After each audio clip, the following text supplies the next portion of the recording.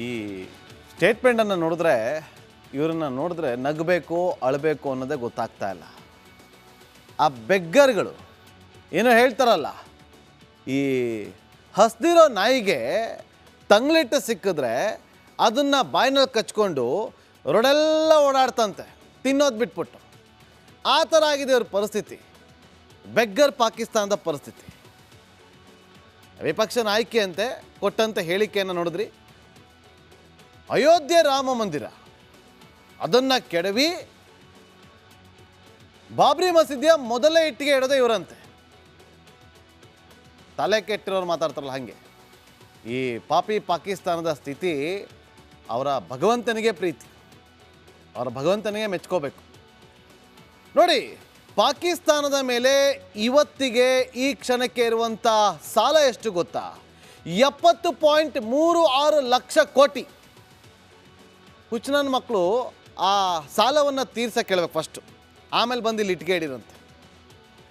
ಆ ರೂಪಾಯಿ ಅಂದರೆ ಎಷ್ಟು ಗೊತ್ತಾ? ಲಕ್ಷ ಕೋಟಿ ರೂಪಾಯಿ ಅಂದರೆ ಎಷ್ಟು ಗೊತ್ತಾ? ಅದಕ್ಕೆ ಎಷ್ಟು ಸೊನ್ನೆ ಇರ್ತಂದನೂ ಗೊತ್ತಿಲ್ಲ. ಅವಕ್ಕೆ ಇಟ್ಟಿಗೆ ಇಡ್ತಾರಂತೆ ಬಂದು. ಆ ದುಡ್ಡಲ್ಲಿ ಕರ್ನಾಟಕದ 18 ಬಜೆಟನ್ನು ಮಂಡಿಸ್ಬೋದು. 18 ಬಜೆಟನ್ನು ಮಂಡಿಸ್ಬೋದು. ಪಾಕಿಸ್ತಾನದ ತಲೆ ಮೇಲಿರುವಂಥ ಸಾಲ, ಅಲ್ಲಿರುವಂಥ ವ್ಯಕ್ತಿ, ಪ್ರತಿಯೊಬ್ಬ ವ್ಯಕ್ತಿಯ ತಲೆ ಮೇಲಿರುವಂಥದ್ದು 2.70 ಲಕ್ಷ ಕೋಟಿ ಲಕ್ಷ ಸಾಲ. ಹತ್ರ 3 ಲಕ್ಷ. ಬಂದು ಇಲ್ಲಿ ಇಟ್ಟಿಗೆ ಇಡ್ತಾರಂತೆ. ಹೋಗಿ ಸಾಲ ಕಟ್ಕೊಳ್ಳಿ ಫಸ್ಟು ನಿಮ್ಮ ಯೋಗ್ಯತೆಗೆ. ಪಾಕಿಸ್ತಾನ GDPಯ 68% ಸಾಲನೇ ಇದೆ. ಆ ಪಾಕ್ಗೆ 22% ಸಾಲ ಕೊಟ್ಟಿರೋದು ತನ್ನ ದೋಸ್ತು ಚೀನಾ. ಅದರಲ್ಲಿ 18% ಪಾಕಿಸ್ತಾನಕ್ಕೆ ಸಾಲವನ್ನು ಕೊಟ್ಟಿರೋದು ವಿಶ್ವ ಬ್ಯಾಂಕ್. ಏಷ್ಯನ್ ಡೆವಲಪ್ಮೆಂಟ್ ಬ್ಯಾಂಕ್ನಿಂದ 15% ಸಾಲವನ್ನು ಮಾಡಿದ್ದಾರೆ. ಇನ್ನು ಸೌದಿಯಿಂದ 7%, UAEಯಿಂದ 4% ಸಾಲವನ್ನು ಮಾಡಿಕೊಂಡಿದೆ. ಈಗ ಇವರು ಇಟ್ಟಿಗೆ ಇಡ್ತಾರಂತೆ ಬಂದು ಬಾಬ್ರಿ ಮಸೀದಿ ಕಟ್ಟೋದಕ್ಕೆ ಮೊದಲೇ ಇಟ್ಟಿಗೆ ಇಡದೆ ನಾವು ಅಂತ. ಆ ಇಟ್ಟಿಗೆಗೆ ಇನ್ಯಾರ ಹತ್ರ ಹೋಗಿ ಸಾಲಕ್ಕೆ ಅಯ್ಯೋ ಸಾಲ ಕೊಡಿ ನಾವು ಹೋಗಿ ಇಟ್ಟಿಗೆ ಇಡ್ತೀವಿ ಅಂತಾರೋ. IMFನಿಂದ 6% ಸಾಲವನ್ನು ಮಾಡಿಕೊಂಡಿದೆ ಪಾಕಿಸ್ತಾನ. ಭಿಕ್ಷೆ ಬೇಡಿ ಬದುಕ್ತಾ ಇದೆ. ನಾವು ನಮ್ಮೆಲ್ಲ ಭಾರತೀಯರಿಗೆ ಒಂದು ರಿಕ್ವೆಸ್ಟ್ ಮಾಡ್ತೀನಿ, ಅವ್ರ ಹತ್ರ ಪಾತ್ರ ಇಲ್ವಂತೆ ಆ ಭಿಕ್ಷೆ ಬೇಡೋದಕ್ಕೆ. ನಾವೆಲ್ಲ ಪಾತ್ರ ಕೊಟ್ಟು ಕಳ್ಸೋಣ ಅವ್ರಿಗೆ ದೇಶಕ್ಕೆ. ಒಂದಷ್ಟು ಜನ ಹೋಗ್ತಾವ್ರು, ಬಸ್ಗಳು ಹೋಗ್ತಾವೆ, ವಾಘಾಗಡಿ ಬಾರ್ಡ್ರಿಂದ ಬಸ್ಗಳು ಹೋಗ್ತಾ ಇದ್ದಾವೆ. ಆ ಬಸ್ಗಳಲ್ಲಿ ನಿಮ್ಮ ಮನೆಯಲ್ಲಿ ಏನಾದರೂ ವೇಸ್ಟೇಜ್ ಪಾತ್ರಗಳಿದ್ದರೆ ಕೊಟ್ಟು ಕಳ್ಸೋಣ. ಯಾಕಂದರೆ ಅವ್ರ ಹತ್ರ ಭಿಕ್ಷೆ ಬೇಡೋಕ್ಕೂ ಪಾತ್ರ ಇಲ್ಲ. ಭಿಕ್ಷೆ ಬೇಡ್ಕೊಂಡು ಬದುಕ್ತಾ ಇರುವಂಥ ಪಾಕಿಸ್ತಾನ ಇಟ್ಟಿಗೆ ಹೇಳೋದು ಇಲ್ಲಿ ಯುದ್ಧ ಹೇಗೆ ಮಾಡುತ್ತೆ? ತನ್ನ F-16 ಯುದ್ಧ ನೌಕೆಗಳನ್ನು ತಗೊಂಡೋಗಿ ಯುದ್ಧ ವಿಮಾನಗಳನ್ನು ಎಲ್ಲೋ ಬಚ್ಚಿಡ್ತಾ ಇದೆ. ಯಾಕೆ ಅಂತಂದ್ರೆ ಅದಕ್ಕೆ ಸ್ವಲ್ಪ ಡ್ಯಾಮೇಜ್ ಆದರೆ ಅದಕ್ಕೆ ರಿಪೇರಿ ಮಾಡಿಸೋಕ್ಕೂ ಕೂಡ ಇವ್ರ ಯೋಗ್ಯತೆಗೆ ದುಡ್ಡಿಲ್ಲ. ಯುದ್ಧ ನಡೆದ್ರೆ ಒಂದು ವೇಳೆ ಪ್ರತಿನಿತ್ಯ 5ರಿಂದ 8 ಸಾವಿರ ಕೋಟಿ ಬೇಕಾಗುತ್ತೆ ಅವ್ರಿಗೆ. ಈ ಸ್ಥಿತಿಯಲ್ಲೂ ಕೂಡ ಪಾಕಿಸ್ತಾನ ಕನಸಲ್ಲೂ ಕೂಡ ಯುದ್ಧ ಮಾಡಬೇಕು ಅಂತ ಅನ್ಸೋದಿಲ್ಲ ಅವ್ರಿಗೆ. ಪಾಕ್ ಬಳಿ ಅಗತ್ಯ ವಸ್ತುಗಳನ್ನು ಖರೀದಿ ಮಾಡೋಷ್ಟು ಹಣ ಕೂಡ ಇಲ್ಲ. ಅದೇ ಕಾರಣಕ್ಕೋಸ್ಕರ IMFನಿಂದ 11,000 ಕೋಟಿ ಕೇಳ್ತಾ ಇದೆ ಪಾಪಿ ಪಾಕಿಸ್ತಾನ. ಎಷ್ಟು ಅಲ್ಲಿಗೆ 12,000 ಕೋಟಿ ಅಂತಂದರೆ ನಮ್ಮ ಬೆಂಗಳೂರಿನ BBMP ಬಜೆಟ್ನ 60%ನಷ್ಟು. ಇವರು ಇಲ್ಲಿ ಬಂದು ಅಯೋಧ್ಯೆಯಲ್ಲಿ ಅದನ್ನು ಕೆಡವಿ ಬಾಬ್ರಿ ಮಸೀದಿಯ ಮೊದಲೇ ಇಟ್ಟಿಗೆ ಇಡ್ತಾರಂತೆ. ನೋಡಿ ಅಲ್ಲಿ ಪಾತ್ರ ಕಾಣ್ತಾ ಇದೆ, ನೋಡಿ ಇಲ್ಲಿ ನಮ್ಮ ಗ್ರಾಫಿಕ್ಸ್ ಟೀಮ್ ಅವ್ರು ಮಾಡಿದ್ದಾರೆ.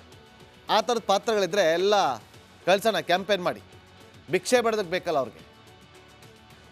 ಮೇ 9ನೇ ತಾರೀಕು ಪಾಕಿಸ್ತಾನಕ್ಕೆ ಸಾಲ ಕೊಡಬೇಕೋ ಬೇಡವೋ ಅಂತೇಳಿ ನಿರ್ಧಾರ ಆಗುತ್ತೆ. ವಿಶ್ವ ಬ್ಯಾಂಕ್ನಿಂದ $108 ಮಿಲಿಯನ್ ಸಾಲವನ್ನು ಕೇಳಿರೋದು. ಈಗ ಸಾಲ ಪಡೆದುಕೊಂಡಿದೆ. ಯಾಕೆ? ಈ ಖೈಬರ್ ಪಖ್ತೂನ್ಖ್ವಾ ಅಭಿವೃದ್ಧಿಗೆ ಹಣ ಕೇಳ್ತಾ ಇದೆ ಈ ಪಾಕಿಸ್ತಾನ. ಇಂಥ ಸಂದರ್ಭದಲ್ಲಿ ತಿನ್ನೋಕೆ ಅನ್ನ ಇಲ್ಲ, ಕುಡಿಯೋದಕ್ಕೆ ನೀರು ಸಿಗ್ತಾ ಇಲ್ಲ.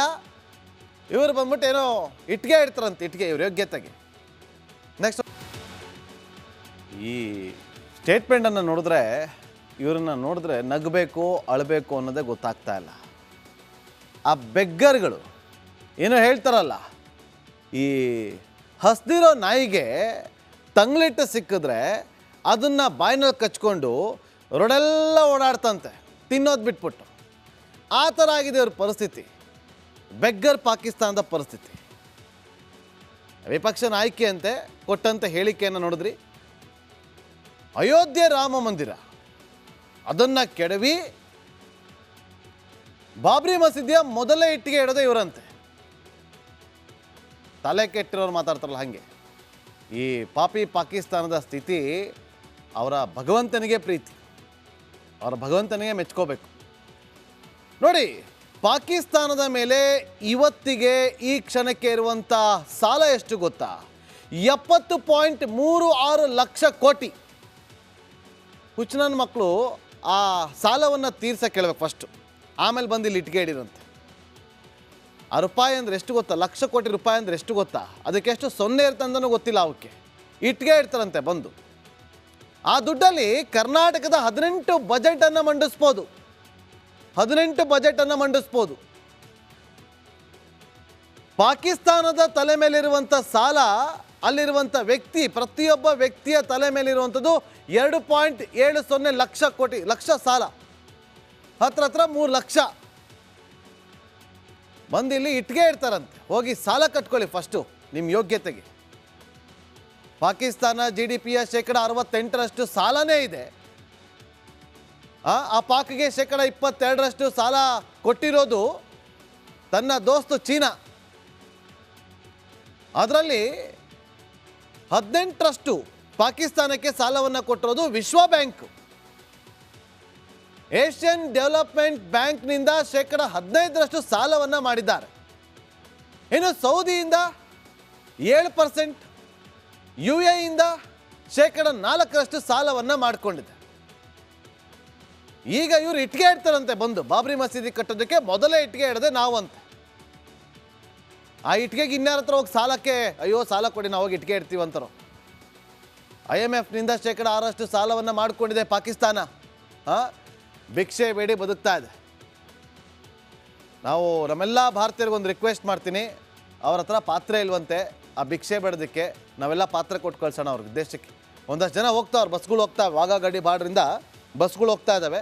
ಆ ಬಸ್ಗಳಲ್ಲಿ ನಿಮ್ಮ ಮನೆಯಲ್ಲಿ ಏನಾದರೂ ವೇಸ್ಟೇಜ್ ಪಾತ್ರೆಗಳಿದ್ದರೆ ಕೊಟ್ಟು ಕಳ್ಸೋಣ. ಯಾಕಂದರೆ ಅವ್ರ ಹತ್ರ ಭಿಕ್ಷೆ ಬೇಡೋಕ್ಕೂ ಪಾತ್ರೆ ಇಲ್ಲ. ಭಿಕ್ಷೆ ಬೇಡ್ಕೊಂಡು ಬದುಕ್ತಾ ಇರುವಂಥ ಪಾಕಿಸ್ತಾನ ಇಟ್ಗೆ ಹೇಳೋದು ಇಲ್ಲಿ ಯುದ್ಧ ಹೇಗೆ ಮಾಡುತ್ತೆ? ತನ್ನ F-16 ಯುದ್ಧ ನೌಕೆಗಳನ್ನು ತಗೊಂಡೋಗಿ ಯುದ್ಧ ವಿಮಾನಗಳನ್ನು ಎಲ್ಲೋ ಬಚ್ಚಿಡ್ತಾ ಇದೆ. ಯಾಕೆ ಅಂತಂದ್ರೆ ಅದಕ್ಕೆ ಸ್ವಲ್ಪ ಡ್ಯಾಮೇಜ್ ಆದರೆ ಅದಕ್ಕೆ ರಿಪೇರಿ ಮಾಡಿಸೋಕ್ಕೂ ಕೂಡ ಇವ್ರ ಯೋಗ್ಯತೆಗೆ ದುಡ್ಡಿಲ್ಲ. ಯುದ್ಧ ನಡೆದ್ರೆ ಒಂದು ವೇಳೆ ಪ್ರತಿನಿತ್ಯ 5ರಿಂದ 8 ಸಾವಿರ ಕೋಟಿ ಬೇಕಾಗುತ್ತೆ ಅವ್ರಿಗೆ. ಈ ಸ್ಥಿತಿಯಲ್ಲೂ ಕೂಡ ಪಾಕಿಸ್ತಾನ ಕನಸಲ್ಲೂ ಕೂಡ ಯುದ್ಧ ಮಾಡಬೇಕು ಅಂತ ಅನ್ಸೋದಿಲ್ಲ ಅವ್ರಿಗೆ. ಪಾಕ್ ಬಳಿ ಅಗತ್ಯ ವಸ್ತುಗಳನ್ನು ಖರೀದಿ ಮಾಡೋಷ್ಟು ಹಣ ಕೂಡ ಇಲ್ಲ. ಅದೇ ಕಾರಣಕ್ಕೋಸ್ಕರ IMFನಿಂದ 11,000 ಕೋಟಿ ಕೇಳ್ತಾ ಇದೆ ಪಾಪಿ ಪಾಕಿಸ್ತಾನ. ಎಷ್ಟು ಅಲ್ಲಿಗೆ 12,000 ಕೋಟಿ ಅಂತಂದರೆ ನಮ್ಮ ಬೆಂಗಳೂರಿನ BBMP ಬಜೆಟ್ನ 60%ನಷ್ಟು. ಇವರು ಇಲ್ಲಿ ಬಂದು ಅಯೋಧ್ಯೆಯಲ್ಲಿ ಅದನ್ನು ಕೆಡವಿ ಬಾಬ್ರಿ ಮಸೀದಿಯ ಮೊದಲ ಇಟ್ಟಿಗೆ ಇಡ್ತಾರಂತೆ. ನೋಡಿ ಅಲ್ಲಿ ಪಾತ್ರ ಕಾಣ್ತಾ ಇದೆ, ನೋಡಿ ಇಲ್ಲಿ ನಮ್ಮ ಗ್ರಾಫಿಕ್ಸ್ ಟೀಮ್ ಅವ್ರು ಮಾಡಿದ್ದಾರೆ. ಆ ಥರದ ಪಾತ್ರಗಳಿದ್ರೆ ಎಲ್ಲ ಕಳ್ಸೋಣ, ಕ್ಯಾಂಪೇನ್ ಮಾಡಿ. ಭಿಕ್ಷೆ ಬೇಡೋದಕ್ಕೆ ಬೇಕಲ್ಲ ಅವ್ರಿಗೆ. ಮೇ 9ನೇ ತಾರೀಕು ಪಾಕಿಸ್ತಾನಕ್ಕೆ ಸಾಲ ಕೊಡಬೇಕೋ ಬೇಡವೋ ಅಂತೇಳಿ ನಿರ್ಧಾರ ಆಗುತ್ತೆ. ವಿಶ್ವ ಬ್ಯಾಂಕ್ನಿಂದ $108 ಮಿಲಿಯನ್ ಸಾಲವನ್ನು ಕೇಳಿರೋದು. ಈಗ ಸಾಲ ಪಡೆದುಕೊಂಡಿದೆ. ಯಾಕೆ? ಈ ಖೈಬರ್ ಪಖ್ತೂನ್ಖ್ವಾ ಅಭಿವೃದ್ಧಿಗೆ ಹಣ ಕೇಳ್ತಾ ಇದೆ ಈ ಪಾಕಿಸ್ತಾನ. ಇಂಥ ಸಂದರ್ಭದಲ್ಲಿ ತಿನ್ನೋಕೆ ಅನ್ನ ಇಲ್ಲ, ಕುಡಿಯೋದಕ್ಕೆ ನೀರು ಸಿಗ್ತಾ ಇಲ್ಲ. ಇವರು ಬಂದ್ಬಿಟ್ಟು ಏನೋ ಇಟ್ಗೆ ಇಡ್ತಾರಂತೆ, ಇಟ್ಗೆ ಇವ್ರ ಯೋಗ್ಯತೆಗೆ. ನೆಕ್ಸ್ಟ್ ಈ ಸ್ಟೇಟ್ಮೆಂಟನ್ನು ನೋಡಿದ್ರೆ, ಇವರನ್ನು ನೋಡಿದ್ರೆ ನಗಬೇಕು ಅಳಬೇಕು ಅನ್ನೋದೇ ಗೊತ್ತಾಗ್ತಾ ಇಲ್ಲ. ಆ ಬೆಗ್ಗರ್ಗಳು ಏನೋ ಹೇಳ್ತಾರಲ್ಲ, ಈ ಹಸ್ದಿರೋ ನಾಯಿಗೆ ತಂಗ್ಲಿಟ್ಟು ಸಿಕ್ಕಿದ್ರೆ ಅದನ್ನು ಬಾಯಿನಲ್ಲಿ ಕಚ್ಕೊಂಡು ರೋಡೆಲ್ಲ ಓಡಾಡ್ತಂತೆ, ತಿನ್ನೋದು ಬಿಟ್ಬಿಟ್ಟು. ಆ ಥರ ಆಗಿದೆ ಅವ್ರ ಪರಿಸ್ಥಿತಿ. ಬೆಗ್ಗರ್ ಪಾಕಿಸ್ತಾನದ ಪರಿಸ್ಥಿತಿ.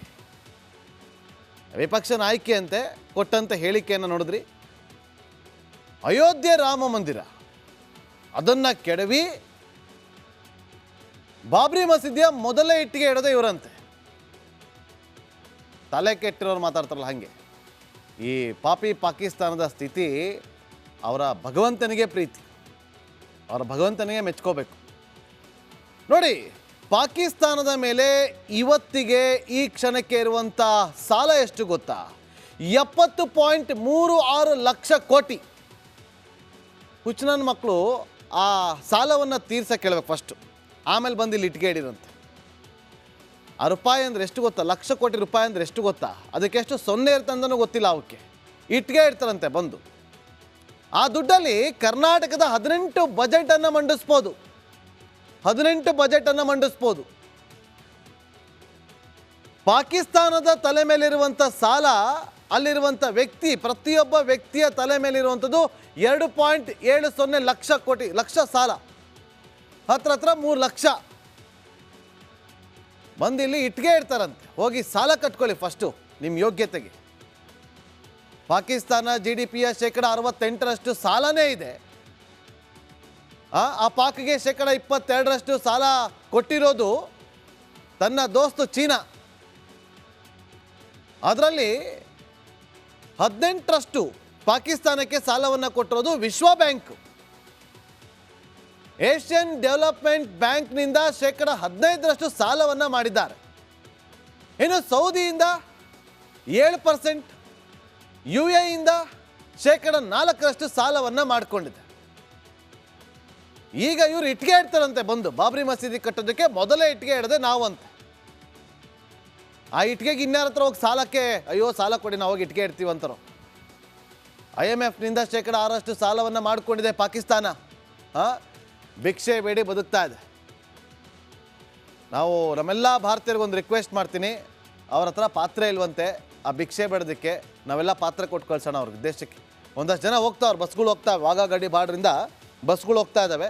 ಆ ಬಸ್ಗಳಲ್ಲಿ ನಿಮ್ಮ ಮನೆಯಲ್ಲಿ ಏನಾದರೂ ವೇಸ್ಟೇಜ್ ಪಾತ್ರಗಳಿದ್ರೆ ಕೊಟ್ಟು ಕಳ್ಸೋಣ. ಯಾಕಂದರೆ ಅವ್ರ ಹತ್ರ ಭಿಕ್ಷೆ ಬೇಡೋಕ್ಕೂ ಪಾತ್ರ ಇಲ್ಲ.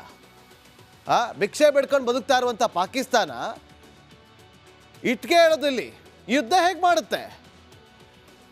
ತನ್ನ F-16 ಯುದ್ಧ ನೌಕೆಗಳನ್ನು ತಗೊಂಡೋಗಿ ಯುದ್ಧ ವಿಮಾನಗಳನ್ನು ಎಲ್ಲೋ ಬಚ್ಚಿಡ್ತಾ ಇದೆ.